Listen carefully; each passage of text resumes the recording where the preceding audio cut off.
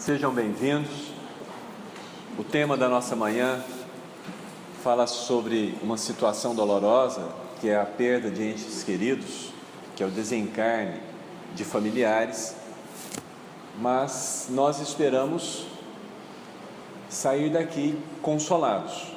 A nossa intenção é que, apesar de tratar de um tema doloroso, nós consigamos ver a luz no fim do túnel. Eu trouxe para as nossas reflexões um texto de Emmanuel, mas não uma dissertação, não um texto dos moldes que nós estamos acostumados. Eu trouxe a história dele. Ele, como Públio Lentulus, tendo vivido na terra na época de Jesus, passou também, como todas as pessoas que reencarnam na terra, pela perda de entes queridos. Concordam? Existe alguém na terra, nesse processo nosso de mergulhar na carne e de voltar à pátria espiritual, que não tenha essa experiência? Ela é uma experiência universal. Todo ser humano passa por ela dezenas de milhares de vezes na sua vida espiritual. Antes de ir lá na história dele, de ler um trecho aqui para vocês, algumas reflexões. Nós nascemos com o intuito de evoluir. O nosso mergulho na carne, quando nós saímos do plano espiritual, ele é conhecido, ele é necessário, ele é percebido como indispensável. Mas quando adentramos na matéria, vem o véu do esquecimento. E aqui para nós é tudo como se fosse a primeira vez. É o primeiro encontro, é o primeiro amor, é a primeira vez de uma série de coisas. Como se realmente nós fôssemos espíritos recém-criados da mão do Criador. Mas a verdade é que não somos. E mesmo nessas primeiras vezes, nós trazemos uma intuição lá dentro, por causa das nossas experiências anteriores. E é assim que, quando nós percebemos que um ente querido está próximo de partir, que existe a possibilidade, quando nós pensamos nisso, nós já sentimos uma dor, nós já sentimos um medo, nós sentimos uma vibração dentro. Porque imaginemos nós, a memória do sentimento ela é mais intensa do que a nossa memória normal. O nosso mecanismo cerebral, e aí eu estou pensando no cérebro espiritual, no espírito, ela tem um processo que, quando eu tenho uma emoção intensa, a gravação da memória fica mais acessível. Então imagine o garfo, a faca e o prato que você usa todos os dias, eles estão mais acessíveis na sua casa.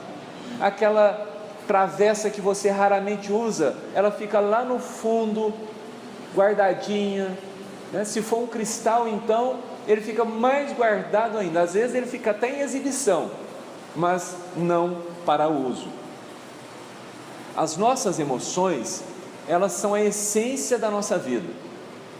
Elas são a razão, como ela colocou antes, dos nossos sofrimentos e das nossas alegrias. E é por isso que é como se fosse um prato e um talher, fica bem à vista, fica bem marcado, fica bem presente. Sendo assim, mesmo tendo começado de novo, mesmo com a dádiva do esquecimento que apaga os detalhes, os nomes das nossas outras vidas, aquelas emoções mais intensas, elas estão mais disponíveis, estão mais próximas. Eu encontro o amor da minha vida, eu bato o olho e o coração já acelera, porque as emoções passadas são tão intensas que superam o limite da matéria. Eu encontro aquele desafeto, eu nem olho, ele passa perto, passa na outra rua, eu já sinto um desconforto, porque as nossas memórias intensas, envolvidas em sentimentos, extrapolam o nosso esquecimento físico.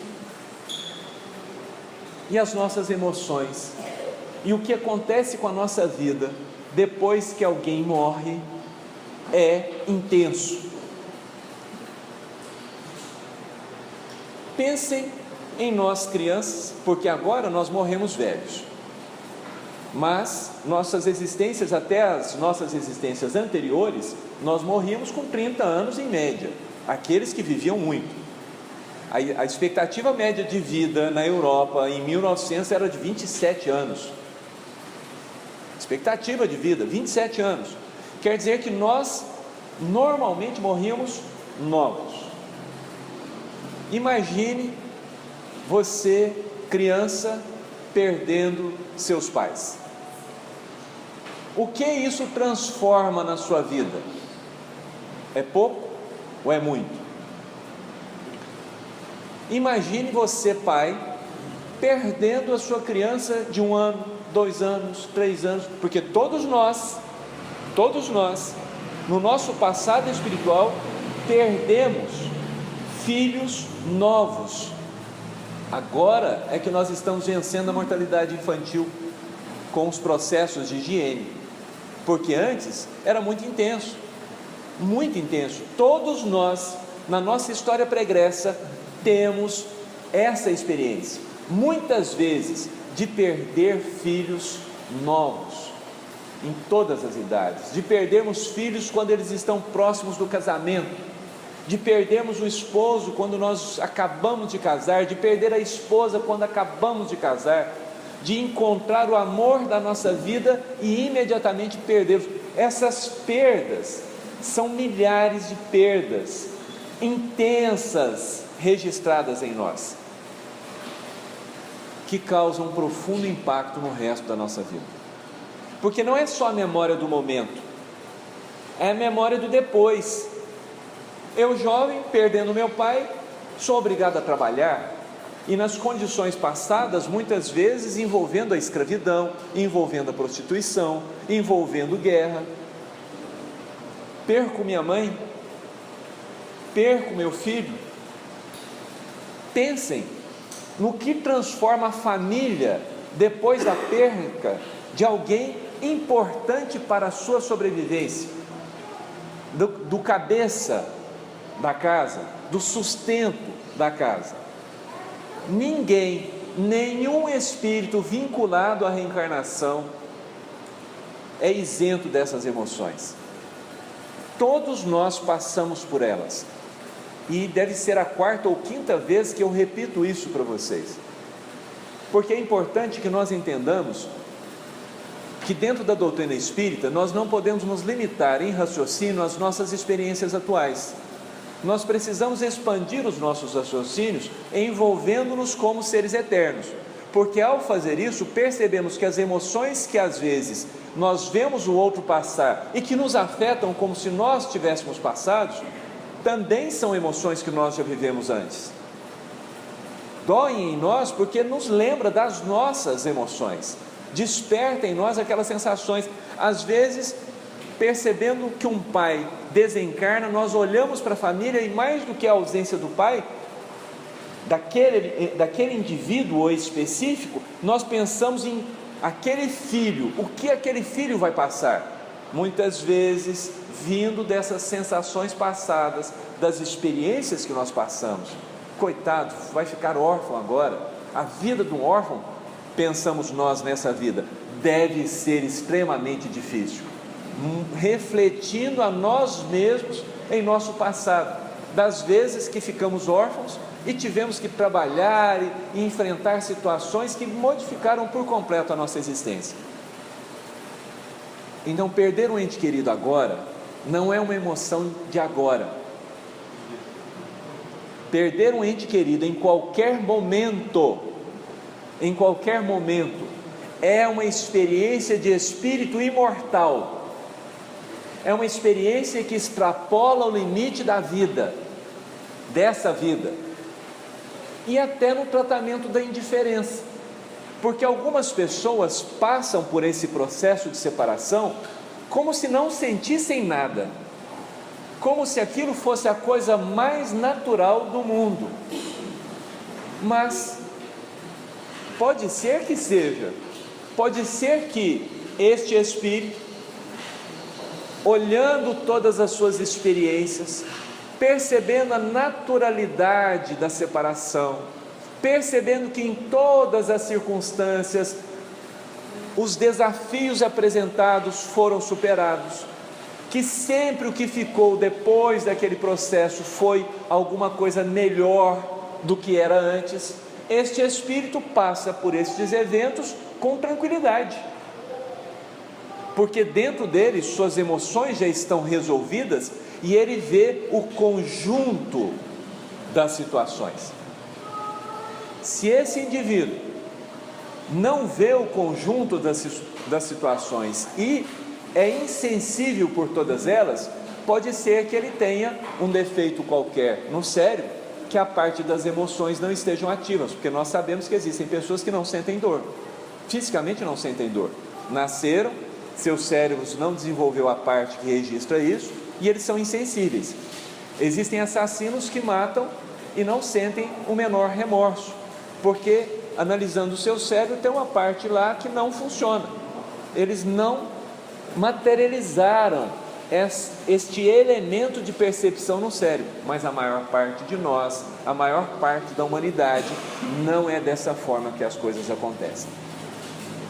Isso explica para muitos de nós porque que ao chegarmos num velório e vermos as pessoas doídas, dói em nós.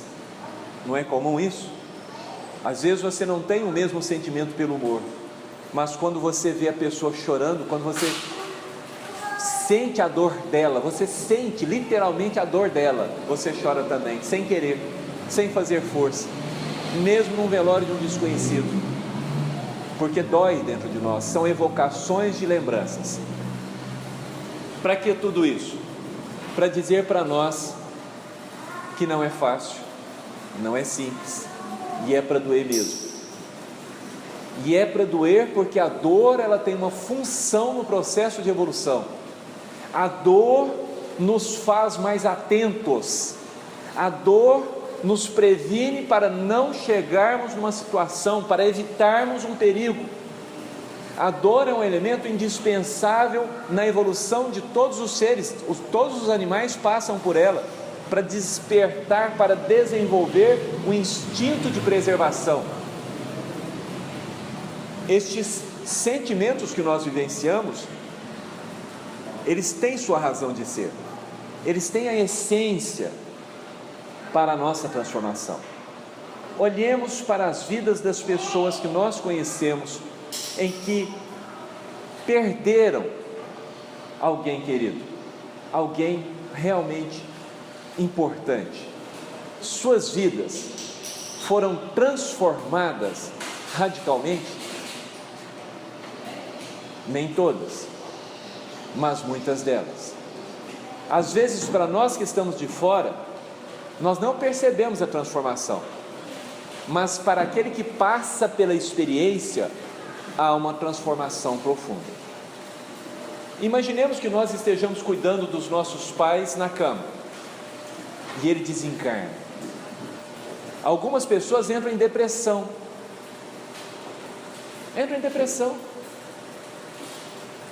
algumas pessoas entram num processo de culpa, eu devia ter feito mais. Outras em processo de culpa, porque no momento de cansaço, pediram a Deus: Pai, leva-o embora, já está passando a hora dele ir.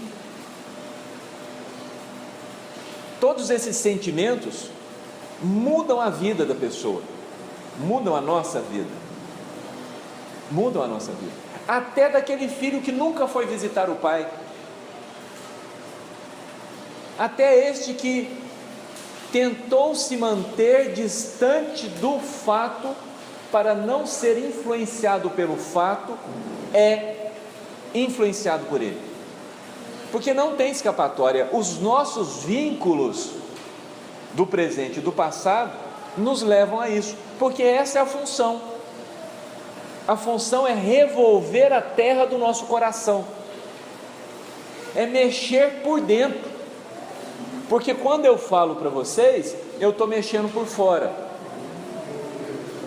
eu jogo a mensagem, vocês captam e começam a colocar filtros. Eu falo uma coisa, vocês ouvem outras. Vocês começam a selecionar o que gostam e o que não gostam, o que concordam e o que discordam. Então o que vocês estão ouvindo aí não é o que eu estou falando aqui. Mas quando vem a emoção, não tem barreira.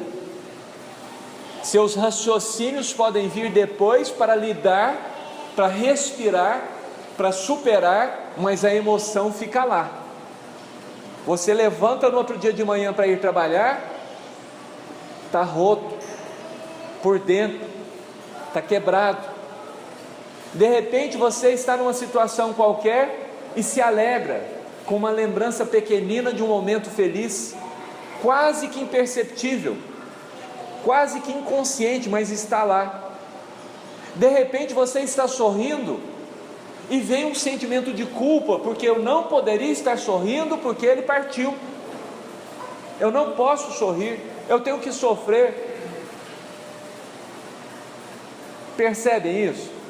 As emoções que nos visitam a partir desses instantes, elas são um desafio à nossa capacidade de viver, à nossa capacidade de lidar conosco, a nossa capacidade de permanecermos no caminho da felicidade.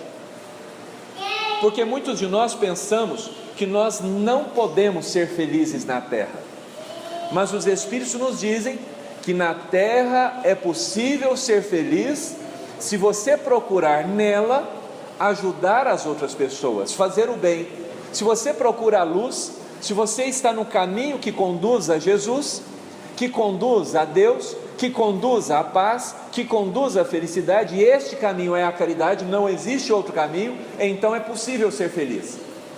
Mas quando nós perdemos alguém querido, nós achamos que mesmo esse caminho não é permitido, e é um erro,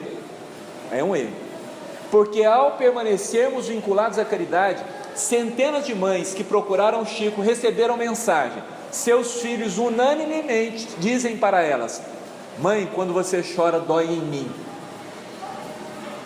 Mãe, olhe as crianças que te cercam e ampare-as, ajude-me ajudando-as. Esta é uma mensagem constante dos Espíritos que partiram. Para consolar as mães? Não, para ocupar as mães, para dar-lhes outros sentimentos, para despertar nessas mães a sensação de que elas ainda possuem filhos, para que elas possam lidar com aquela dor profunda que carregam a partir de então por dentro. Não só para as mães, também para os pais. O elemento é o mesmo, porque às vezes nós queremos parar de sentir, e é um contrassenso, porque é esse sentimento que é a alavanca do progresso. Deixar de sentir seria o mesmo que dizer: eu não quero mais progredir. Então vai doer? Vai passar? Vai ficar controlável, mas vai passar? Não vai passar. Nossa, Manuel, então eu sou ruim demais, porque eu não sinto mais dor, comigo passou, isso não pode acontecer. Não entre em drama, porque quando você está no caminho que conduz à felicidade, que é o trabalho no bem, você recebe constantemente prêmios de incentivo. É como a criança que começa a levantar e ela só vê sorrisos por estar tentando andar, que os pais, que gracinha, olha meu filho andando, aquilo ali alimenta a alma. Quando nós estamos caminhando no trabalho do bem, é a mesma coisa, os Espíritos nos cercam de sorrisos, de abraços, e nos concedem a visita dos seres amados. Para aquele que vive além da matéria, e nós sabemos que desapegarmos-nos da matéria é um processo contínuo, e na medida do nosso desapego a gente começa a viver também a vida espiritual. Para as pessoas que estão trabalhando no bem, desapegam da matéria, começam a viver no plano espiritual, e quem elas encontram? Seus entes queridos. E ao encontrar esses entes queridos, mesmo que eles estejam em sofrimento, porque a pessoa morre e ela não é promovida a anjo, ela pode estar em sofrimento, mas se eu estou trabalhando no bem, eu consigo visitá-la, eu consigo socorrê-la, eu consigo levar de alguma forma algum consolo para ela, eu consigo continuar no meu processo de evolução. Isso traz paz para dentro de nós. Isso faz com que alguns de nós consigam, uma vez que tivemos uma grande perda, sentir menos a ausência, porque não há a ausência. Porque às vezes nós falamos que o que nós sentimos é saudade, é a ausência da pessoa. Pode ser que sim, mas nem sempre é, porque os sentimentos, eles não são únicos. O sentimento, quando você olha para dentro de você, ele não é uma palavra, ele é 10 gatos dentro de um balaio. Hoje em dia a gente não tem essa expressão mais, né? Mas vocês já puseram 2 gatos num balaio? Já puseram 2 gatos num saco? Gente, mas dá uma briga, dá uma gritação, gente, é confuso, menino em recreio é mais fácil da gente saber do que gato em balaio, mas apesar da gritaria, da algazarra, de corre para lá, corre para cá, é isso, é conturbado, não é uma marcha de um exército, que todos estão na mesma cadência, organizados, disciplinados. Quando você faz chamada na escola, que um responde por vez, não é assim. Sentimento é um furacão dentro da gente, é uma amálgama de uma série de elementos. Na mesma hora que você está sorrindo, você já está chorando, que você está feliz, você está triste, você está alegre, você está com medo, você está tranquilo, você está com fé, está desconfiado. É uma série de pequenas ocorrências que acontecem tumultuadamente dentro de nós. E o que alinha isso? O que alinha isso é o trabalho na caridade, é o trabalho no bem. Quando nós vemos a figura magistral de Jesus conversando com seus discípulos e preparando-os para uma perda de um ente querido, porque não são só os nossos familiares que nós sentimos a ausência, nossos amigos também nos fazem falta. E Jesus, conversando com seus discípulos, diz para eles que está próximo o momento da partida, da separação. Pedro, um dos seus melhores amigos, fica emocionado, já começa a sentir antecipadamente: o que eu farei sem Jesus? Como viveremos sem Jesus? Fazem apenas 3 anos, há tanto que fazer, tanta fome a ser matada, tantas doenças a serem curadas, tantos corações a serem cicatrizados de suas dores. Como faremos nós sem Jesus? E eu lembro que antes, quando Jesus disse que seria muito difícil trabalhar com ele, vários discípulos desistiram. E Pedro permanecendo, Jesus o pergunta: e tu? Não desistirás? E Pedro responde com aquela simplicidade de quem já ama, de quem não consegue se afastar do amigo: para quem eu iria, mestre? Só tu tens as palavras de vida eterna. Lá, Pedro já não dava conta de se separar de Jesus. Imaginem aqui, depois de 3 anos caminhando com ele, vivendo intensamente, de tendo recebido ele em sua casa, Jesus dormindo com ele, de tendo remado no barco, enquanto Jesus adormecido do lado, de tendo caminhado sobre as águas, indo em direção a Jesus. Imagine os sentimentos, quão fortalecidos, quão dependentes eram da figura, da presença de Jesus. Pedro não conseguia mais imaginar sua vida sem Jesus. Quando Jesus fala que estava próximo o momento, Pedro já em desespero, porque nós lemos o Evangelho como se não tivesse emoções ali, como se Pedro fosse uma máquina, mas não é. Pedro, quando vai conversar com Jesus: mestre, mestre, não é necessário morrer, vamos fugir, vamos para outro lugar, vamos para o Egito, com esse amor que o Senhor tem, se esse povo não te recebe, vamos para outro lugar, com emoção, porque Pedro já antecipadamente sente a falta, por quê? Será que seria possível Pedro viver sem Jesus? Sim, seria, tanto que viveu. Mas por que nesse momento o sentimento é avassalador? Ele tira todo o raciocínio, ele te pega por inteiro. Não é só de uma vida.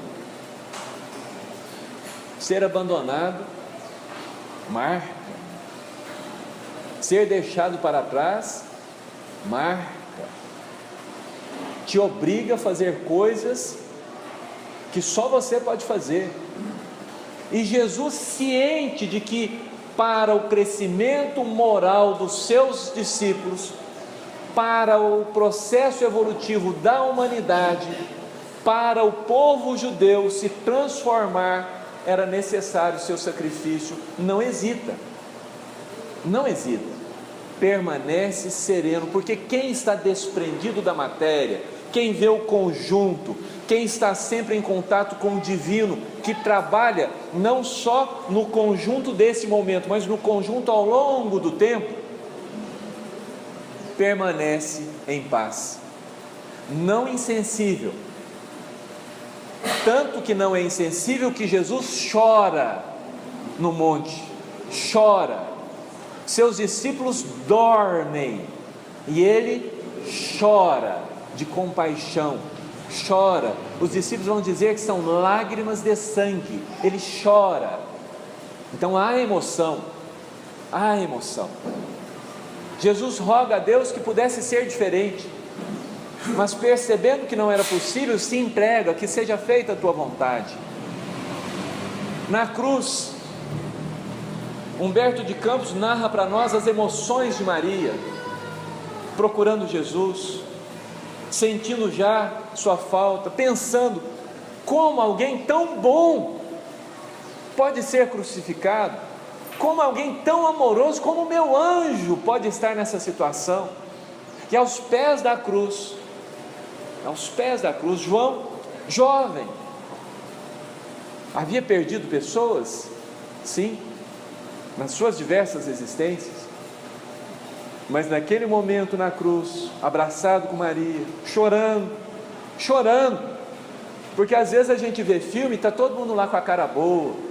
Não, gente, são emoções intensas, são emoções que marcaram João tão profundamente, que João viverá daí para frente, sempre servindo Jesus, sempre.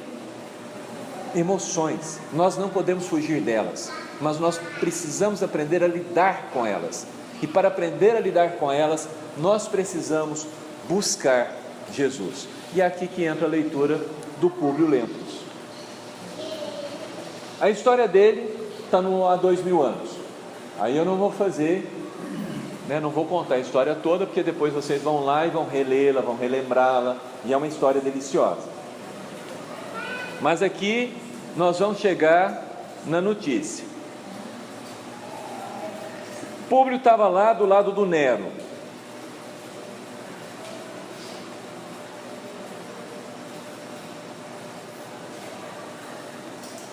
Ingressando na arena, Lívia ajoelhara-se defronte do grande e suntuoso pavilhão do imperador, onde buscou lobrigar o vulto do esposo pela derradeira vez, a fim de guardar no fundo da alma a dolorosa expressão daquele último quadro, junto à imagem íntima de Jesus crucificado, que inundava de emoções serenas o seu pobre coração dilacerado no minuto supremo.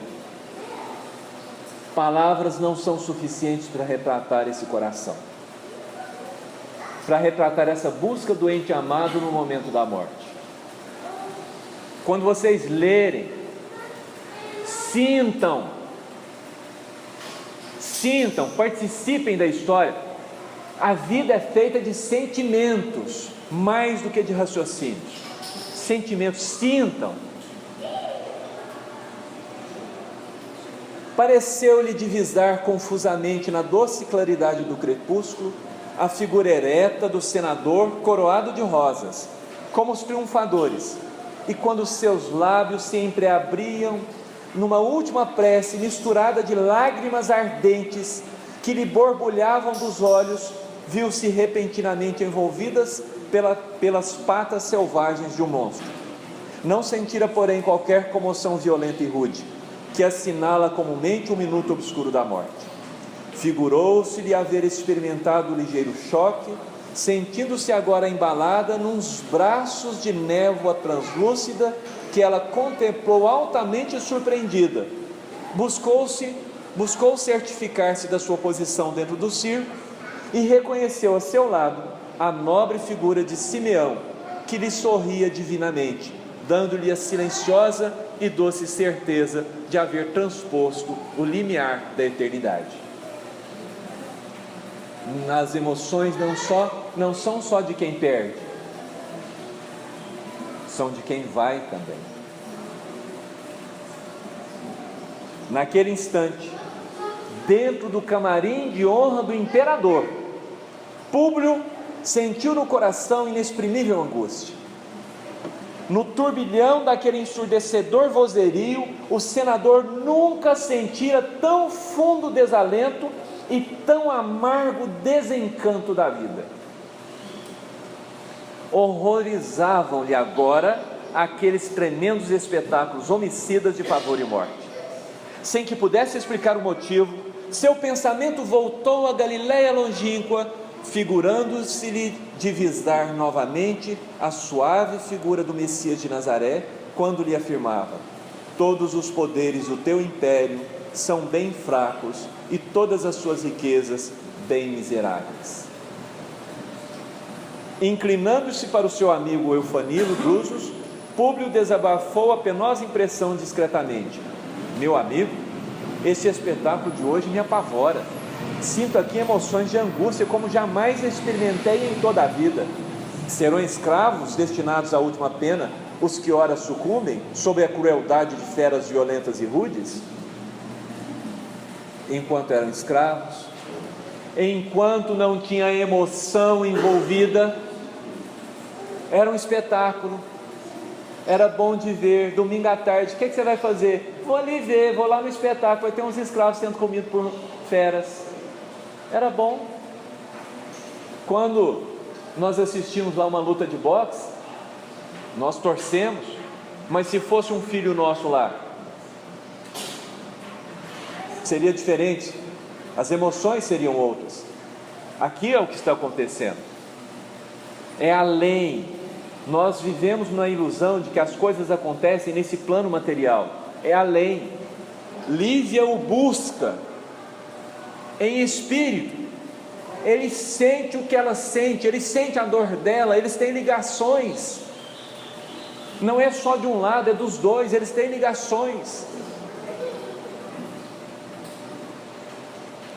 Não creio, respondeu o senador Eufanilo, segredando-lhe ao ouvido. Corre o boato de que estes míseros condenados são pobres cristãos inofensivos, aprisionados nas catacumbas. Sem saber explicar a razão de seu profundo desgosto, Públio lembrou-se repentinamente de Lívia, mergulhando-se aflito nas mais penosas conjecturas. Nós sabemos. Enquanto ocorriam estes fatos, aí a gente tem que saltar aqui.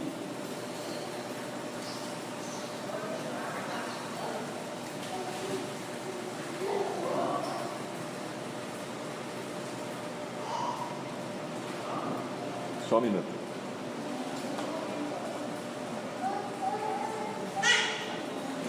Era quase noite e as primeiras estrelas brilhavam no azul do formoso céu romano.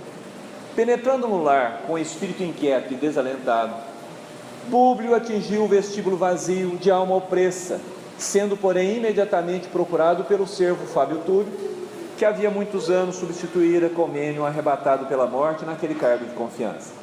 Acercando-se do senador, que entrara só, dispensando a companhia dos amigos sob a alegação de que a esposa se encontrava gravemente enferma, exclamou o antigo serviçal com atencioso respeito: Senhor, vossa filha manda comunicar por um mensageiro que continua providenciando, a fim de que tenhais notícias da senhora dentro do menor prazo possível. O senador agradeceu com leve sinal de cabeça, acentuando suas penosas preocupações íntimas. Ana, contudo, na soledade de suas preces no cômodo que lhe era reservado, verificando o regresso do amo, compreendeu o triste dever que lhe corria naquele instante inesquecível, de modo a cientificá-lo de todas as ocorrências, e em breves minutos Fábio voltava a procurá-lo nos seus apartamentos, a fim de participar-lhe que Ana lhe pedia uma entrevista em particular.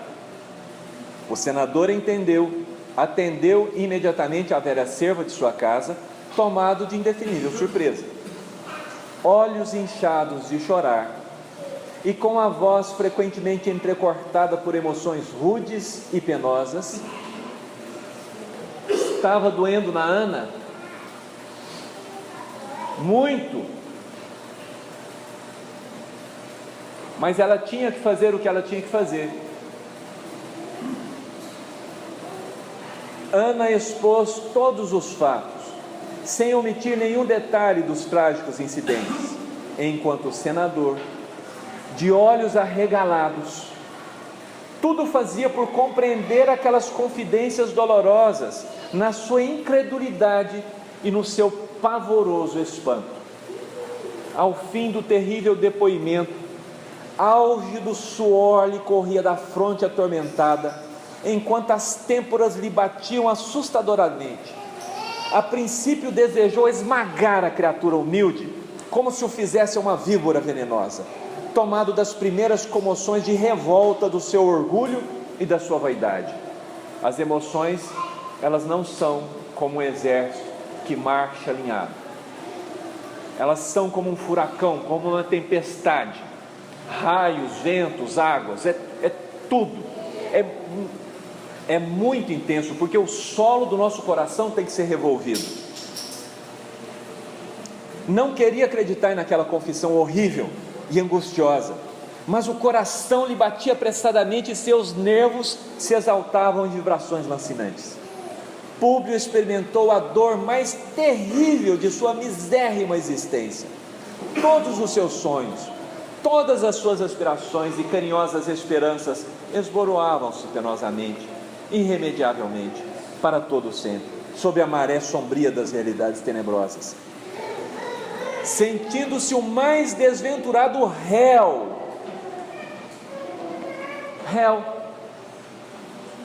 Olha o que nós pensamos nesse instante. Nós nos julgamos nossos atos, passamos em revista para sabermos se fizemos todo o bem que podíamos fazer. Sabe aquilo que Santo Agostinho fala para nós fazermos diariamente, para realizar o nosso progresso, para fazermos conscienciosamente? Quando nós não fazemos em consciência, lúcidos, vem essa dor e nos obriga a fazer, nos faz olhar cada uma das nossas ações, cada um dos nossos atos. É justo? É certo? Está cheio de amor? Não teve amor? Réu, o mais desventurado réu da justiça dos deuses, no momento em que presumia efetivar a sua suprema ventura, nada mais enxergou à frente dos olhos, senão a realidade esmagadora da sua dor sem limites. Sob os olhares comovidos de Ana, que o observava receosa, levantou-se rígido e sem uma lágrima, com os olhos raiando pela loucura, tal a sua fixidez estranha e dolorosa, e como se fora um fantasma de revolta, de dor, de vingança e sofrimento indefiníveis, sem nada responder à serva atônita, que rogava silenciosamente a Jesus lhe serenasse as angustiosas mágoas, deu alguns passos como um autômato em direção à porta, que abriu de par em par, e por onde entraram as brisas suaves e refrigerantes da noite. Cambaleando de dor selvagem através do peristilo, caminhou depois resoluto, como se fosse disputar um duelo com as sombras, para defender a esposa caluniada e traída, martirizada pelos criminosos daquela corte de infâmia, dirigindo-se com rapidez, sem observar o desalinho de suas vestes, para o circo, onde a plebe rematava as paixões imperiosas do seu César desalmado. Vai continuar a história, e eu recomendo para vocês que leiam, que sintam as emoções, porque o que o Emmanuel está fazendo é mostrar para nós seus sentimentos, para que nós percebamos que os espíritos que nos acompanham sabem o que nós sentimos, e mais viva e intensamente do que nós imaginamos. Eles conhecem as nossas dores, eles choram conosco. Durante 25 anos, ele manteve sua esposa querida segregada, porque ele achava que ela havia traído ele. Durante 25 anos, ele não permitiu que ela tivesse acesso à filha, que ela não acompanhasse sua educação, que ela não acompanhasse seu namoro, que ela não acompanhasse seu casamento. Durante 25 anos, ele esteve ao lado dela, mantendo-a num cativeiro dentro de casa. Quando ele resolve perdoá-la por um crime que ela não cometera, quando ele resolve dar a ela, restituir a ela o direito de esposa, ele é atropelado.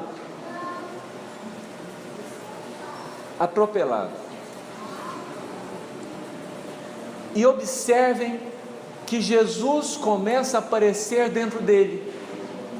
Ele teve um encontro com Jesus, um encontro, mas no momento da dor suprema, quem vem à sua mente? Jesus, o Consolador, porque Jesus nos diz que Ele enviará outro Consolador. Ele também é um Consolador. Vinde a mim, todos vós que estáis cansados e sobrecarregados. Emmanuel não conhecia essa frase. Seu conhecimento de Jesus não chegava a tal. Ele lembrava-se de Jesus, carinhosamente conversando com ele, falando para ele, explicando para ele, que aquele reino, que aquilo que ele achava que era glória, não era. E ele, num ápice de orgulho, recusa Jesus. Mas aqui, quando ele vê, nessa situação, volta a Jesus. Fica claro que as nossas vitórias materiais são nada perto dessa dor. Fica claro que Deus tem caminhos que nós desconhecemos, que Ele mexe conosco quando nós estamos prontos para isso, que a dor não é sem intenção, que ela vem porque outros recursos foram tentados antes e não foram suficientes, porque se ele tivesse bem vivido com ela, a dor da separação seria diferente, seria uma tranquilidade. Ana chora, Ana viveu com a Lívia, mas ela não traz remorsos, seu julgamento é sereno, sua consciência é tranquila. Emmanuel, nesse momento, porque Emmanuel significa Deus conosco, nesse momento ele se sente réu dos deuses. Primeiro que ele não concebe nessa época um Deus, ele acha que os deuses são arbitrários, que os deuses brincam conosco, porque essa era a crença, e essas crenças que eram as crenças que ele tinha, são as crenças que estão dentro dele nos seus raciocínios. Ele parte para o circo romano, resgata uma joia que fora da sua esposa, e aí ele vai chorar e vai voltar para casa, e vai tomar uma decisão: começar de novo. procurar Jesus. Ele vai pedir a Ana que o introduza, que mostre para ele as lições de Jesus, que o esclareça, que dê a ele o conforto do Consolador. Aqui começa para o Emmanuel o verdadeiro encontro com o Cristo.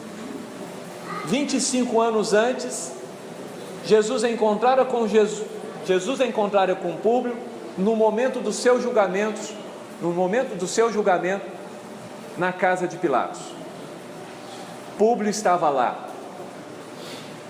Jesus olha para ele com ar sereno, com o mesmo olhar que antes ele havia encontrado Jesus, porque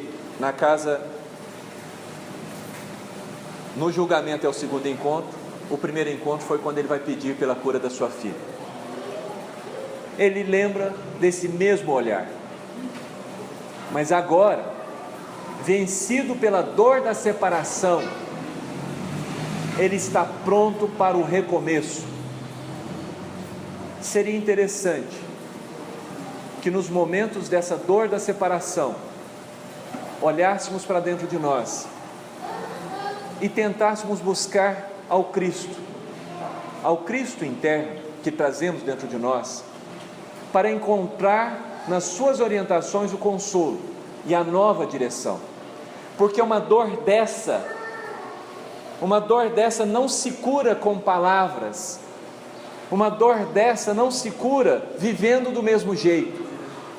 Emmanuel vai atirar-se ao conhecimento do Cristo, Emmanuel vai atirar-se à caridade, Emmanuel vai se transformar, ele vai deixar de ser o senador romano e passará a ser um servo do Cristo, passará a ser Deus presente, passará a ser o mentor que nós conhecemos. Foi necessário essa dor para rasgar seu coração e o transformar. Quando nós olharmos para essas partidas, que muitas vezes nós não entendemos, quando nós olharmos para essas pessoas que estão sofrendo, saibamos nos aproximar e ficar vigilantes, para que, se essa pessoa procurar Jesus, nós podemos apresentá-lo a elas. Essa é a nossa tarefa, levar Jesus para eles, para que eles possam se apegar a Ele, para que eles possam segurar na mão dEle e continuar caminhando, não na mesma vida, não da mesma forma, porque depois de uma perda a vida não é a mesma, mas numa nova vida, uma vida melhor, com mais esperança, com renovação, com transformação, uma vida onde Deus, onde o Criador se faça tão presente em nós, tão radicalmente presente em nós, tão perceptivo para nós, que nós mudemos de nome, que nós não sejamos mais nem o nosso cargo, nem as nossas tarefas, nem os nossos nomes atuais, mas que nós sejamos uma pessoa nova, mais amorosa, mais consciente da dor do outro, mais compassiva, mais empática, mais simpática, mais disposta a ombrear com os outros para minimizar seus sofrimentos, porque só sofrendo profundamente nós somos capazes de ajuizar do sofrimento do outro, porque quando nós não sofremos, nós olhamos para o outro com indiferença. Nós somos como na parábola do samaritano, aquele que vem, olha para o caído, não sente a dor do caído, pensa nas próprias tarefas e segue. Vem um outro e se comporta da mesma forma, e vem um terceiro que sabia o que era o sofrimento, que sabia o que era estar caído no meio do caminho, que sabia o que era ser assaltado por ladrões, que sabia o que era perder tudo, porque na parábola de Jesus, o homem caído no caminho perdeu tudo.